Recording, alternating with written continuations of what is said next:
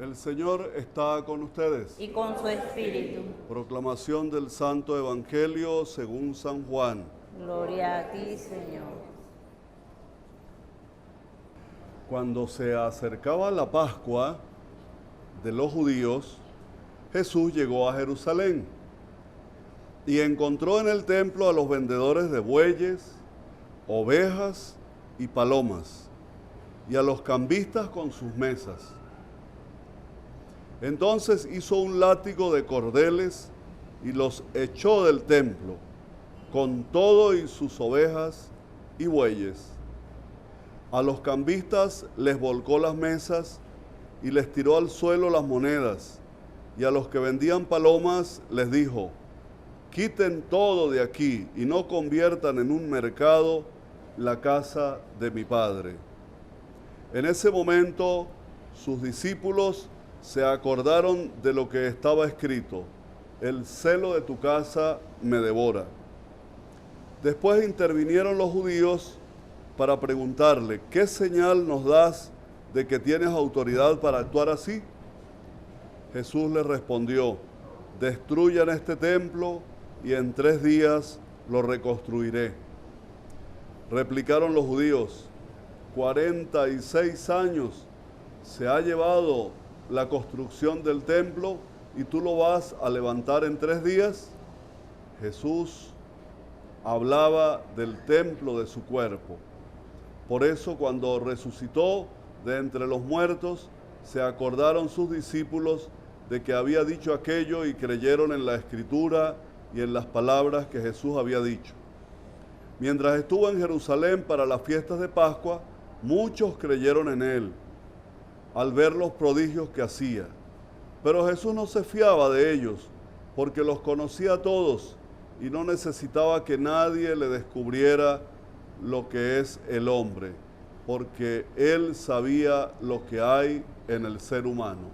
Palabra del Señor. Gloria a ti, Señor Jesús. Siéntense, hermanas y hermanos, por favor.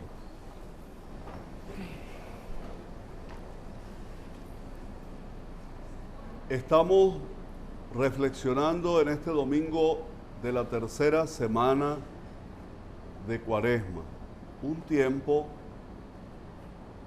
que pocas veces nos lo hemos tomado en serio los cristianos. O no nos lo tomamos en serio, porque si eso fuera verdad, este mundo hubiera cambiado hace mucho. Ya una sola Cuaresma bastaría para cambiar. Yo diría, como decía por allá un amigo en Guatemala: ¿por qué no nos cambian las Cuaresmas? ¿O por qué la Cuaresma no nos cambia? ¿Qué pasa? Hoy en este Evangelio nos encontramos a un Jesús que nos invita a la radicalidad de vida como cristianos. A la radicalidad cristiana, no un cristianismo blandengue, soso, falso, acomodaticio. ¿Ven lo que hizo Jesús en el templo? ¿Qué hizo? En el Evangelio de hoy, que acabamos de escuchar, ¿qué hizo? ¿Ah? Destruyó el templo. ¿Echó? ¿A quién echó del templo? A los mercaderes del templo, los echó. Él había venido a Jerusalén por el tiempo de la Pascua. Y al llegar a Jerusalén, cualquier judío, ¿qué era lo primero que hacía? Ir al templo, porque era el signo visible de la fe de ellos como judíos. Jesús como judío llega y va a su templo.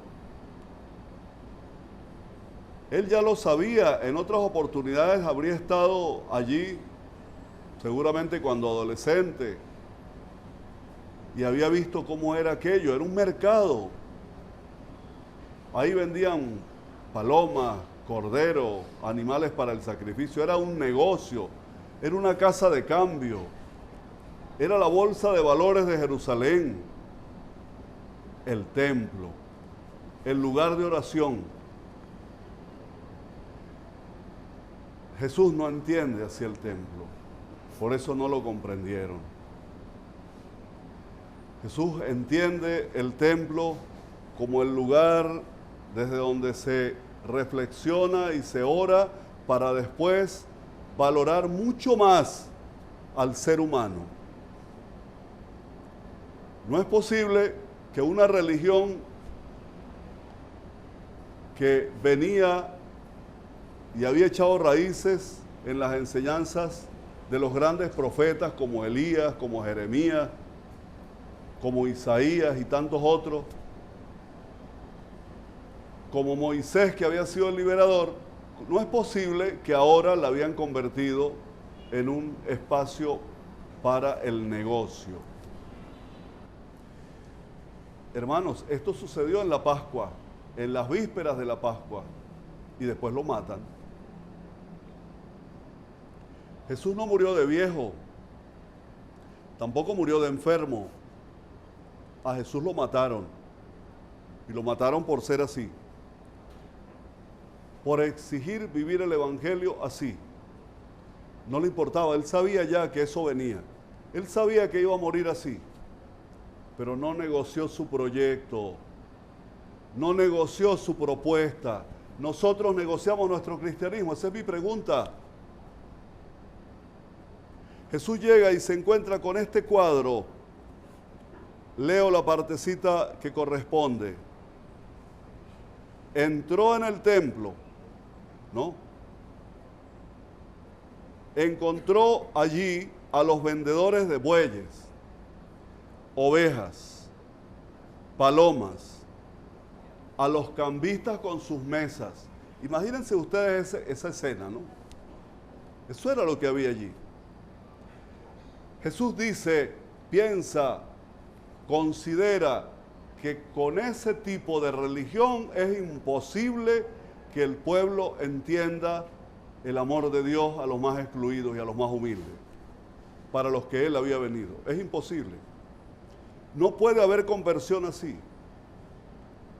Esta es la cuaresma que no sirve, porque pretendemos celebrar la cuaresma mezclada con el amor al dinero, con el egoísmo, seguir sirviéndole a los señores del mundo y pretender al mismo tiempo servirle a Dios.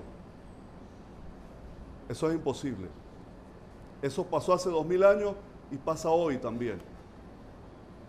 ¿O es que acaso no tenemos nosotros santuarios llenos de mercado? ¿Ustedes no han visitado santuarios que lo primero que encuentran antes de llegar al santuario es todo un comercio? Ve tú a ver, por ejemplo, el santuario, me viene ahorita a la memoria de nuestro querido beato José Gregorio Hernández allá en Isnotú, para que veas todo lo que se encuentra fuera de ventas, de gente que te intercepta, que casi no te deja llegar hasta el lugar del santuario porque te ofrecen de todo. Negocio, esa gente de ahí, ¿serán cristianos porque están vendiendo cosas religiosas? Lo dudo. Son comerciantes con lo sagrado, más nada. Pero es que corremos ese mismo peligro también en la iglesia, en convertir el templo, en convertir el lugar de oración en un lugar de comercio, en un lugar donde primero tiene que ir el dinero para poder prestar un servicio a la gente. Es tal, hemos llegado a tal extremo que nuestro pueblo le pregunta a uno, padre, ¿cuánto vale una misa? ¿Cuánto vale un bautizo? ¿Cuánto vale un matrimonio? ¿Cuánto vale? ¿Cuánto vale? ¿Por qué? Porque lo hemos convertido en una mercancía. ¿Por qué cosa tú pides dinero a cambio? Por lo que es mercancía. Bueno, Jesús fue tan radical que es uno de los momentos más contundentes de la vida de Jesús que encontramos en el Evangelio, en los que Él se indignó. Este Evangelio lo podríamos llamar la indignación de Jesús. Dios se indigna cuando ve que pretendemos vivir una religión doble, una religión mezclada entre mercado, entre intereses personales, entre intereses de ascensos y de todo eso que se vive también dentro de la iglesia, a ver quién es más importante, si se trata de los grupos de apostolado, a ver quién es el jefe, quién manda, quién no manda. Y así vamos llevando la vida. Y así nos encontramos también a nivel de la iglesia institucional.